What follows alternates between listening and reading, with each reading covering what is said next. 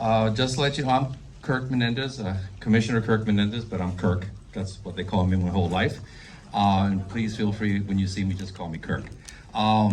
Just want you to know, I found out that tickets to this show are harder than the tickets to the Miami Heat playoff games. So I let out an email to let as many people know, and within 10 minutes, it sold out. It's amazing. So, but welcome. I want to recognize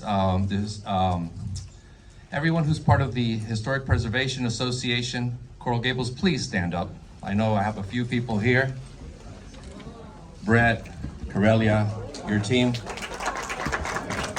I'm glad you're here. Thank you for participating, and I'm glad we worked together on this. As many of you know, or the ones that have, second question. The first movie I showed here was Singing in the Rain. Anybody here was here? Raise your hand if you were Singing in the Rain. Good, I have a few of those. Have had Singing in the Rain, Bonnie and Clyde, Hard Day's Night of the Beatles, The Byrds, Young Frankenstein, Blazing Saddles, which shocked me, but that was the request from the residents of Coral Gables. They wanted Blazing Saddles. You name it, we've shown it. Movies from the golden era of Hollywood, even some more modern, like the movie Airplane, which I think people fell on the street laughing when they left the theater. But truly, Casablanca is, when you talk about classic movies, is the classic movie. Everything else comes after it. I'm a movie buff. My family owned a chain of movie theaters back in the 20s and 30s. I grew up with aunts and uncles that by the time I was 15, I knew every single actor or actress or movie from the 30s, the 40s, and 50s. And at that point, I knew something's wrong with me, because how come I know everybody who's in black and white?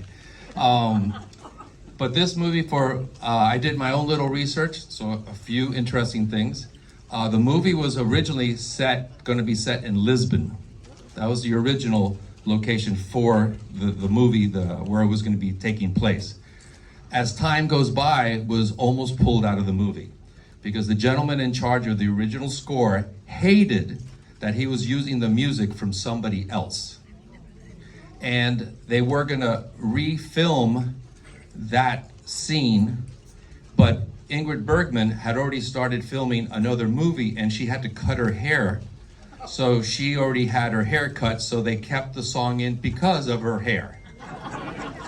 Play It Again, Sam. It's never actually said in this movie. The confusion is Woody Allen's movie in the 1970s called Play It Again, Sam, which at that point people started thinking, well, it was in the movie.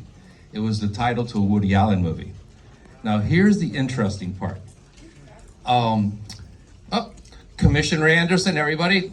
Rhonda Anderson, there you go. You're in the spotlight. Better late than never, that's right. Right there. Here's the interesting part. Humphrey Bogart was 5'8", but he was a towering figure in any movie. Ingrid Bergman was 2 inches taller.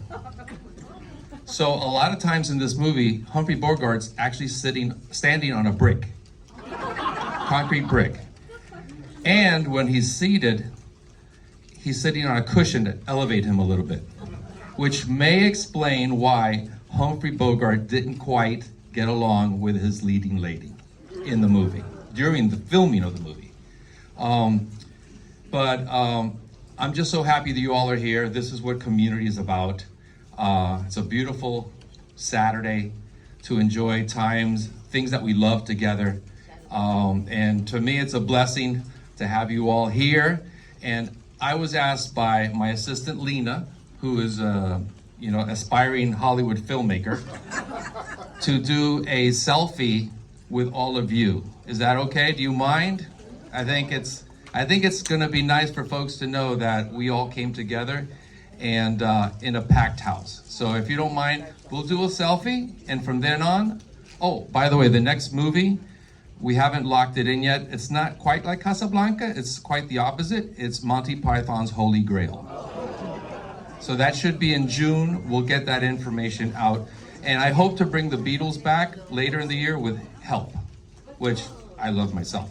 So let's do the selfie and then we'll get the movie going. Please enjoy. And again, thank you for being here.